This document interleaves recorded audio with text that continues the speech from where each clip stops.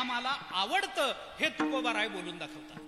ऐसे आवडते मना, ऐसे आवडते मना, ऐसे आवडते मना, ऐसे आवडते मना,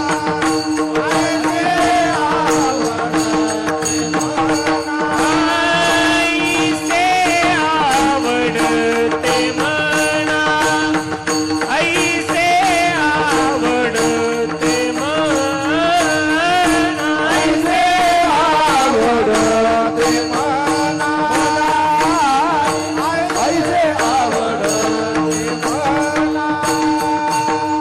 देवा पुरवावी वासना, देवा पुरवावी वासना, ऐसे आवडते मना, ऐसे आवडते मना. देवा पुरवावी वासना, देवा पुरवावी वासना, ऐसे आवडते मला, ऐसे आवडते मला, ऐसे आवडते मना, ऐसे आवडते मना, ऐसे आवडते मला, ऐसे आवडते मला.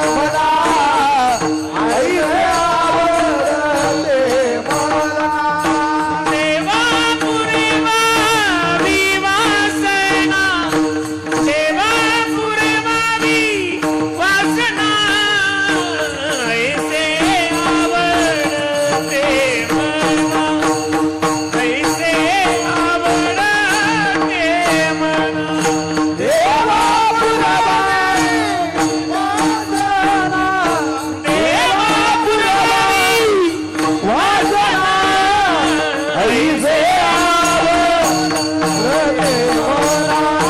ऐसे आवडते मला, ऐसे आवडते मना.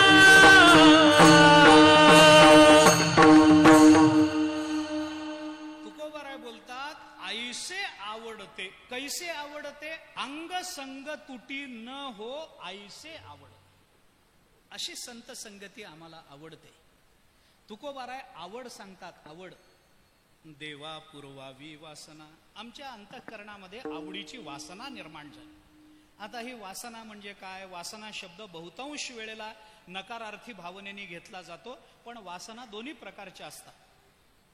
वासना द्विविधा प्रोक्ता शुद्धाच मलिनस्तथा मलिना जन्म हेतु शुद्धा जन्म विनाशिनी. योग वासिष्ठामधलं प्रकरण सोडून द्या. शुद्ध वासना वेगळी, मलिन वासना वेगळी. मलिन वासना जन्माला कारण ठरते. त्याच्यामध्ये देह वासना, शास्त्र वासना, लोक वासना असे काही प्रकार आहेत. आणि शुद्ध वासनेचे 4 प्रकार आहेत. मैत्री, करुणा, मुदिता आणि उपेक्षा. याच्यातली मैत्री नावाची शुद्ध वासना तुकोबारांच्या या चरणामधून व्यक्त झाली. संतांची संगती आम्हाला घडावी ही मैत्री नावाची शुद्ध वासना तुकोबाराय म्हणतात. देवा अशी ही शुद्ध वासना तुम्ही पुरवावी. ही तुकोबारांची भूमिका आहे. याच्याकरता तुकोबाराय आवड सांगतात. आवड. ऐसे आवडते. ही आमची गरज आहे असं तुकोबारांचं म्हणणं नाही. ही आमची आवड आहे. आता काय होतं? गरज वेगळी असते आणि आवड वेगळी असते. आता या दोन्हीतले फरक सांगायचे झाले तर रात्र जाईल. आमच्याकडे मराठवाड्यात एक म्हण आहे महाराज. आमच्याकडे मराठवाड्यात एक, तुमच्याकडे आहे का नाही मला माहित नाही, पण आमच्याकडे मराठवाड्यात एक म्हण आहे, वेळेला केळं. तुमच्याकडे आहे का? शबास. आणि उपासाला सीताफळ. गरज आणि आवड याच्यामध्ये अंतर आहे. गरज ही नेहमी व्यभिचारी असते. आवडीला व्यभिचार खपत नाही महाराज. आवड ही नेहमी अव्यभिचारी असते. मी आपल्याला उदाहरण सांगेन. पुष्कळ फरक आहेत. पण गरजेला काही चालतो. गरजेला काही चालतं. एखादा मनुष्य भिकारी आपल्या दारामध्ये आला, हात जोडून, माय बाबा भिक्षा वाढावं, पोटामध्ये अन्न नाही 2 दिवसापासून म्हणल्यानंतर मग बाई म्हणते, बाबा अजून तयार झालं नाही रे, ताजं शिजलं नाही. मग कालचं शिळ आहे. भिकारी म्हणतो, आपण शिळं खात नसतो. असं म्हणाल का? नाही. तो म्हणाल, अहो ताजं नसेल तर शिळं वाढा, भाकरी नसेल तर पोळी द्या, पोळी नसेल तर भात द्या, वाळलेली भाकरी द्या, विटलेला भात द्या, नुसती वाटीभर कालवण आम्हाला आमटी द्या, ती रात्री वास येत असला तरी चालेल, काही नसेल तर कपभर दूध द्या, काही नसेल तर निदान तांब्या भरून पाणी द्या, पण आत्ता पोटाला काहीतरी द्या, नाही तर माझा जीव जाईल. भूक लागलेल्या माणसाला अन्न मिळणं आणि अन्नामध्ये पोळीच्या ऐवजी भाकरी, भाकरीच्या ऐवजी भात, भाताच्या ऐवजी दुसरं काहीतरी विटलेलं, खराब झालेलं, चांगलं, शिळं, ताजं, जसं मिळेल तसं तो स्वीकारतो. कारण उपाशी माणसाची अन्न ही त्याची गरज आहे. गरज ही त्याची गरज आहे, ही त्याची आवड नाही आहे. उपाशी माणसाला अन्न मिळणं ही त्याची गरज आहे, पण आवड ही अव्यभिचारी असते. आवडीला व्यभिचार खपत नाही. एखाद्याला जर जिलबी आवडत असली ना तर त्याला दुसरं खपत नाही. जिलबी एक जिलबी, जिलबी दाही जिलबी, एवढा एकच पाढा त्याला पाठवतो. आवडीला व्यभिचार खपत नाही. काय झालं, एका गावामध्ये एका मोठ्या शेठजीच्या घरी वास्तुशांतीचा कार्यक्रम झाला. मोठा कार्यक्रम, गुलाबजाम केले होते. सगळं गाव येऊन जेवून गेलं. एक वारकरी होता गावामध्ये, तो नेमका शेतामध्ये गेलेला, त्याला यायला फुरसत झाली नाही. पण शेठजींना माहिती होतं वारकरी दादाला गुलाबजाम आवडतात, म्हणून सगळ्यापासून लांबवून एक डबाभर गुलाबजाम शेठजीनं वारकऱ्याकरता बाजूला काढून ठेवले. संध्याकाळी वारकरी दादा घरी आले, हरिपाठ वगैरे झालं की पानावर बसले, जेवण झालं. दिवसभर जेवले नव्हते, भूक लागली होती. बायकोने भरपूर भाकऱ्या केल्या होत्या, खचून जेवले, भरपूर जेवले. पोटामध्ये जागा राहिली नाही पाण्याला. तोंडातून बोट घातलं तर बोटाला भाकरी लागली, इतकं जेवले, आकंठ जेवले. जेवण झालं, पाणी प्यायले आणि बाहेर ओसरीवर घोंगडीवर येऊन बसलेच. तेवढ्यात शेठजी गुलाबजामचा डबा घेऊन आले, वारकऱ्याच्या समोर ठेवला. वारकरी दादा घ्या. म्हणले काय? म्हणे आज वास्तुशांत झाली, गुलाबजाम केले होते, तुम्हाला आवडतात म्हणून घेऊन आलो, घ्या. वारकऱ्याने सांगितलं जा घेऊन. म्हणे का? आत्ता हात अजून ओलाय माझा, आत्ता जेवण झालंय, आकंठ जेवलोय, आता पोटामध्ये जागा नाही, कशाची गुलाबजाम खातो मी? नाही घेऊन जा परत. शेठजी म्हणाले असं म्हणू नका वारकरी दादा, तुम्हाला आवडतात म्हणून मुद्दाम राखून ठेवलेत, पोराबाळांना खाऊ दिले नाहीत, मागच्या हातानं हलक्या हातानं काढून ठेवले डबाभर गुलाबजाम. तणला नाही हो, पोटामध्ये जागा नाही. शेठजी म्हणाले असं करूच नका, बाकी काही नाही, उगी तुम्ही डबा उघडून बघा तरी, रूप पाहता लोचनी, उगी डबा उघडून बघा तरी कसे तळलेत, काय पाकात मुरलेत, तुमची नुसती दृष्टी पडू द्या हो, आम्हाला प्रसाद होईल, बघा तरी. म्हणला नाही हो, खरंच पोटामध्ये जागा नाही. शेठजीने हात जोडले, पाया पडून, असं म्हणू नका, तुमच्या करता म्हणून राखून ठेवले होते, पोरांना खाऊ दिले नाही. बरं बाकी काही तर नाही, निदान नावाला एक खा माझ्या करता. मला मान्य आहे तुमच्या पोटामध्ये जागा नाही, उगी नावाला एक गुलाबजाम खा. आणि वारकऱ्याच्या समोर त्यांनी डबा सरकवला आणि वारकऱ्याने नावाला एक खायला सुरुवात केली, ते नावालाही एक ठेवला नाही.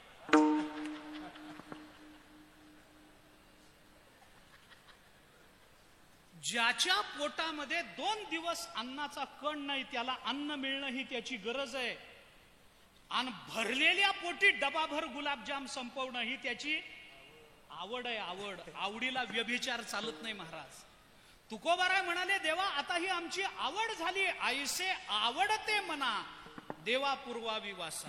ही आमची आवड आहे.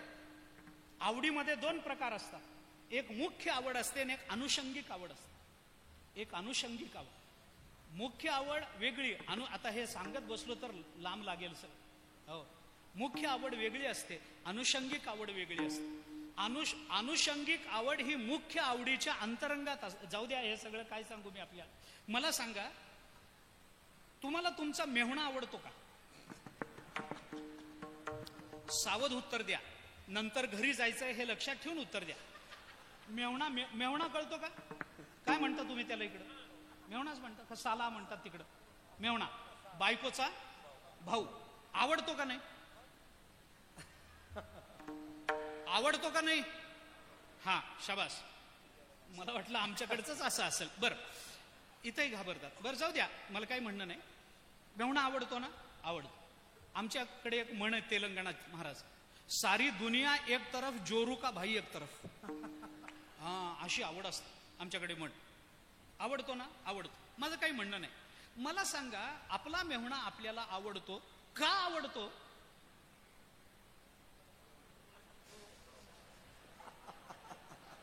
मेहुणा आवडतो का नाही? आवडतो. का आवडतो? बायकोचा भाऊ म्हणून. म्हणजे बायको ही मुख्य आवड आहे, मेहुणा अनुषंगिक आवड आहे. एवढं सांगायचं, एवढं सांगायचं. मुख्य आवड वेगळी. तुकोबाराय बोलतात, आवड आहे पंढरी, भीमा, पांडुरंग. काय त्या पंढरपुरात आवडण्यासारखं आहे मला सांगाव? काय आहे? नुसतं पिशवी टेकवायची म्हणलं तर 500 रुपये घेतात. आणि त्या खोलीमध्ये काय फार सुविधा असतात काय? काय एसी लावलेला असतो का? गाद्या असतात का? काय असतं? ढेकूण असतात, चिलट असतात, डास असतात. चंद्रभागेला जावं लागतं, तिथं मरणाची गर्दी असते. बारीत गेलं तर 40-40 तास दर्शन होत नाही. काय ती स्वच्छता तरी असते काय पंढरपुरामध्ये? आणि पंढरपूरच्या बोळीतून जाताना एका वेळेला एकच माणूस, आणि समोरून जर पंढरपूरच्या म्हशी आल्या, वारकऱ्याचे हाल विचारू नका आमच्या, आहे ना? काय पंढरपुरामध्ये आवडण्या? त्याच्यापेक्षा मुंबईला बघा, काय श्रीमंत गाव, तोंडातून शब्द बाहेर काढावा ते तिथं मिळतं महाराज. काय श्रीमंत गाव, राहायला मोठ्या मोठ्या इमारती, 50-50, 100-100 मजली इमारती. वरून बघितलं तर डोकं गरगरतं. एवढ्या उंच इमारती, एवढी श्रीमंती, काय म्हणू तो पदार्थ तिथं मिळतो. पण एवढ्या 4-4.5 हजार अभंगापैकी एका तरी अभंगामध्ये तुकोबाराय म्हणतात का आवडे मुंबई? नाही ना. कारण आमची मुख्य आवड आहे ती परमात्मा पंढरीनाथ. मग पंढरीनाथ ज्या गावामध्ये राहतात ते गाव आम्हाला आवडतं. त्या गावातून वाहणारी नदी आम्हाला आवडते. त्या गावामध्ये राहणारी असणारी माती ती आम्हाला प्राणापेक्षा जास्त प्रिय आहे. नाही, तिथलं गवताचं पात सुद्धा आम्हाला प्रिय आहे. आम्हाला तिथलं काय आवडत नाही सांगा महाराज? मुख्य आवड. तसं तुकोबाराय म्हणतात, देवा संत संगती ही आमची मुख्य आवड आहे. आता त्या आवडीच्या बद्दल आम्ही कुठेही तडजोड करायला तयार नाही, कारण त्या आवडीनं आता आमच्या वासनेचं रूप धारण केलेलं आहे. आता आमची ती वासना, ती आवड तुम्ही पूर्ण केली पाहिजे. काय आवड आहे तुमची? न हो अंग संग तुटी आईसे मना आवडते. देवा ती वासना आमची तुम्ही पूर्ण करा. भगवंताच्या लक्षात आलं आता सुटका नाही. भगवान म्हणाले ठीक आहे, हरकत नाही. मी तुम्हाला मागा म्हणालो, तुम्ही संत संगती मागितली. मी तुम्हाला अल्पकालाची देतो म्हणालो, तुम्ही नित्य संत संगती मागितली. मी नित्यतेचं कारण विचारलं तर तुम्ही आवड हे कारण सांगितलं. हरकत नाही तुकोबाराय. भगवंताच्या लक्षात आलं याच्यातून आता तुकोबाराय सुटू देत नाही. आणि देवाला वाटलं कुठून दुर्बुद्धी झाली आणि यांना मागा म्हणाल. हे तर आपल्याला सोडत नाही. पण भगवान हुशार. भगवंतानी तुकोबारायांना विचारलं ठीक आहे, तुम्हाला नित्य संत संगती तुमची आवड असेल तर देतो, पण माझ्या मनात एक शंका आहे तुकोबाराय. कारण माझ्या हातात एकच चरण राहील. एक शंका आहे. तुम्हाला संत संगती पाहिजे ना? मी देतो. मला सांगा, ज्या संतांच्या नित्य संगतीमध्ये जीवनाच्या धन्यतेचा विचार तुम्ही मला सांगता आहात, त्या संतांना तुम्ही ओळखलंय का? त्या संतांची संगती पाहिजे म्हणल्यानंतर त्या संतांचं काही लक्षण असेल की नाही? संतांनी या जीवमात्रांना भेटावं. ज्ञानोबाराय पसायदानामध्ये बोलले, वर्षात सकळ मंगळी ईश्वर निष्ठांची मांदियाळी अनवरत भूमंडळी भेटतू भूता. ते भेटतू भूता, पण भूतमात्रांना कळलं पाहिजे ना कोण भेटायला आलं ते. म्हणून ज्ञानोबारायांनी त्यांचं लक्षण सांगितलं. चला कल्पतरूचे अरव, चेतना चिंतामणीचे गाव, बोलते जे अर्णव पियुषाचे, चंद्रमे जे अलांछन, मार्तंड जे तापहीन. ते लक्षण सांगितल्याशिवाय वस्तू कळते का? नाही प्रतिज्ञा मात्रेण वस्तू सिद्धी अपितु लक्षण प्रमाणाभ्याम. न्यायशास्त्र बोलतो है ना? मग तुम्हाला जी संतांच्या संगतीची नित्य अपेक्षा आहे, ते संत कोण आहेत हे तुम्हाला माहिती आहे का? आपलं संत संत संत सगळे म्हणताय म्हणून तुम्ही म्हणताय आम्हाला संतांची संगती द्या, आम्हाला संतांची संगती द्या. ज्ञानोबाराय म्हणाले, नाथ महाराज म्हणाले, नामदेवराय म्हणाले, म्हणून तुकोबाराय म्हणाले. असं काही आहे का?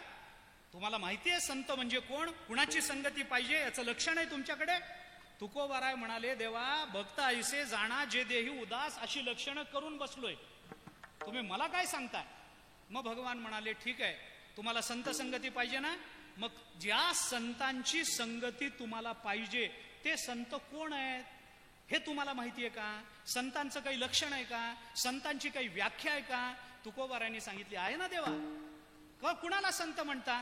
तुकोबाराय म्हणाले, देवा माझ्या दृष्टीने संतांचं एकच लक्षण आहे, ज्याच्या चित्तामध्ये देव वसला त्याला मी संत म्हणतो, त्यांची संगती मला द्या. अभंगाचं पहिलं चरण. देव वसे चित्ती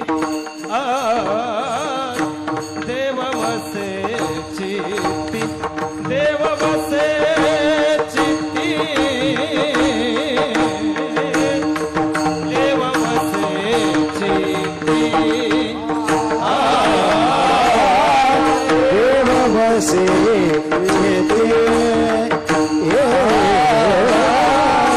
देव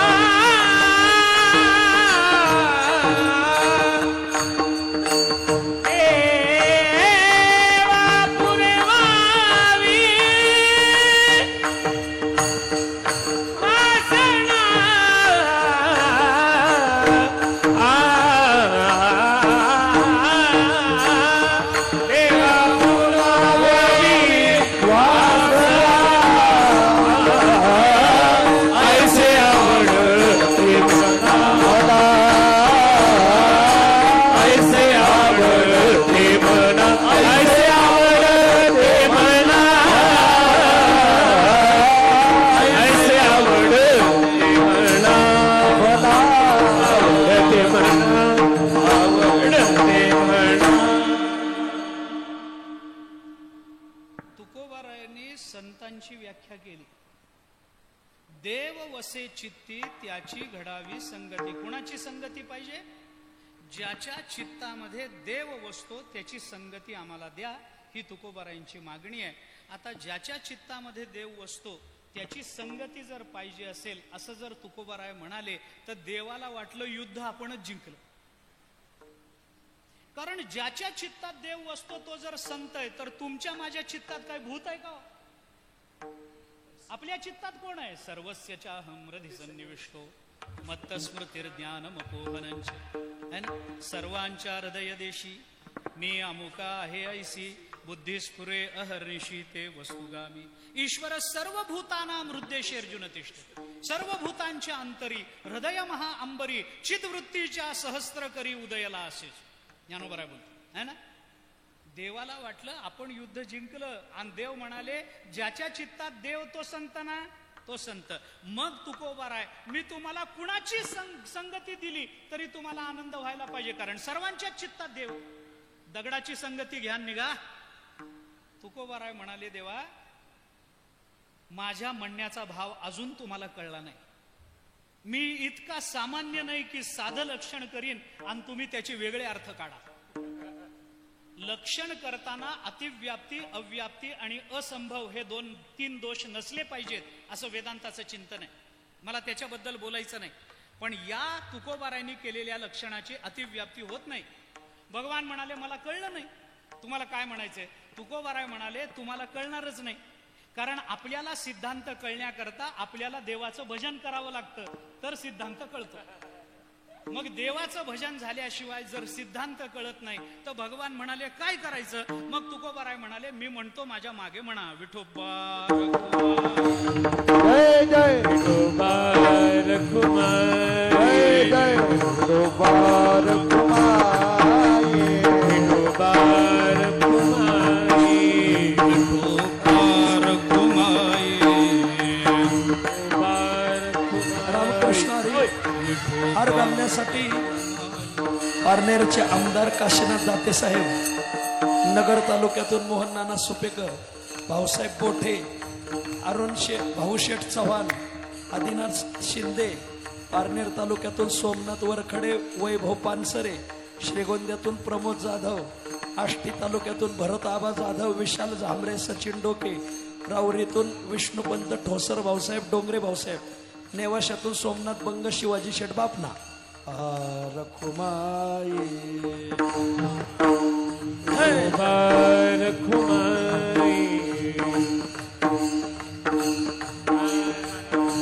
जय जय विठोबा रखुमाई, काशीनाथ दाते आमदार, मोहन नाना सुपेकर, जय जय विठोबा, भाऊसाहेब बोठे, भाऊशेठ चव्हाण, आदिनाथ शिंदे भातोडी, सोमनाथ वरखडे, वैभव पानसरे, प्रमोद जाधव, भरत आबा जाधव, विशाल झांबरे, सचिन डोके, विष्णुपंत ठोसर, भाऊसाहेब डोंगरे भाऊसाहेब, सोमनाथ बंग, शिवाजी शेडबाप नावेडो. रखुमाई सगळ्याला येऊ द्या, सगळ्यांना येऊ द्या. जय जय विठोबा रखुमाई, बसा बसा. जय जय जय विठोबा रखुमाई, कीर्तन अजून झालेलं नाहीये, बसा खाली, काही काम नाही तुमचं विठोबा घरी. रखुमाई, खाली बसा, खाली बसा. बसा खाली बसा. रखुमाई पखवाजाचे आवाज द्या. रखुमाई जय जय विठोबा कुंडले कवरदा हरी विठ्ठल देव.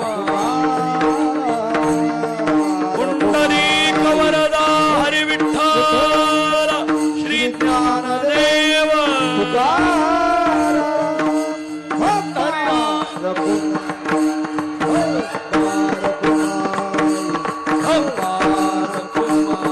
जय विठोबा रखुमाई.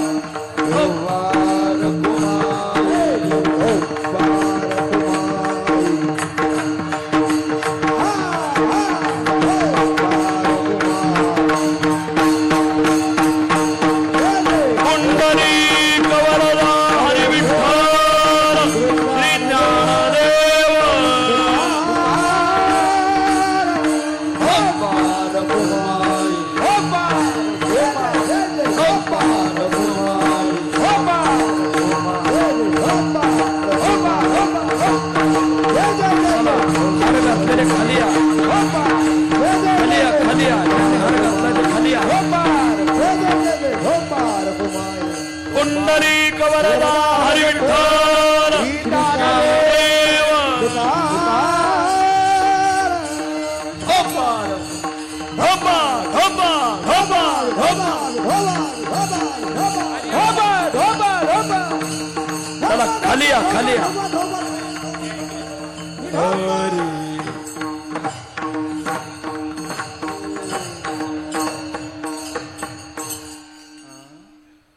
खाली या बसा बसा, कीर्तन झालं नाही अजून, माऊलींच्या सूचना यायच्या आहेत. बाहेर पडलं तरी काही होणार नाही. बसा बसा बसा. कर्जमाफीची नावं आहेत तुमची येणार आहेत. बसा खाली बसा. बसा खाली. देव वसे चित्ती त्याची घडावी संगती, ऐसे आवडते मना देवा पूर्वावी वासना. जगद्गुरु संत श्रेष्ठ श्री तुकोबाराय या अभंगामध्ये भगवंताच्या चरणाजवळ संत संगतीची अपेक्षा व्यक्त करतात. त्याचं तुकोबारायांचं कल्पित चरित्र मांडून आपण त्या दृष्टीने संगती लावण्याचा थोडासा प्रयत्न केला. अभंगाचा थोडासा खालून वर असा विचार आपण केलेला आहे. त्यामुळे थोडासा विचार राहिला आहे. तुकोबाराय म्हणतात संतांची संगती द्या, आणि भगवान म्हणतात संत कोण ते सांगा. आणि भगवान तुकोबारायांनी लक्षण केलं, ज्याच्या चित्तामध्ये देव वसतो तो संत. हे लक्षण थोडंसं 1-2-5 मिनिटामध्ये सांगून सेवा संपवणार. ज्याच्या चित्तामध्ये देव वसतो तो संत. सगळ्यांच्या चित्तात देव आहे ना, आपण प्रमाण देऊन आलो. सर्वांच्या चित्तामध्ये देव आहे. तुकोबाराय म्हणाले, देवा तुम्ही माझं बोलणं नीट ऐकलं नाही. माझं म्हणणं असं आहे, ज्याच्या चित्तात देव वसतो तो संत. म्हणजे असं काय बोलता, अर्थ तोच झाला ना, तो झाला नाही. चित्तात देव वसणं वेगळं. तुकोबाराय म्हणाले, देवा मी समजून सांगतो. आता मला एक सांगा देवा, तुम्ही कधी भगवद्गीता वाचली का? तुकोबाराय देवाला म्हणाले, तुम्ही कधी भगवद्गीता भगवान म्हणाले, मी सांगितली, वाचायचं काय? तुकोबाराय म्हणाले, सांगून उपयोग नाही, कळली किती? कळली किती? म्हणे असं का म्हणता? मला एक सांगा देवा, भगवद्गीतेमध्ये या अर्जुनाला उपदेश करताना तुम्ही वारंवार अर्जुनाला हे सांगितलंय की अर्जुना मला चित्त दे, मला मन दे, मला मन दे, मला चित्त दे, मला चित्त दे. कितीदा म्हणाला देवा?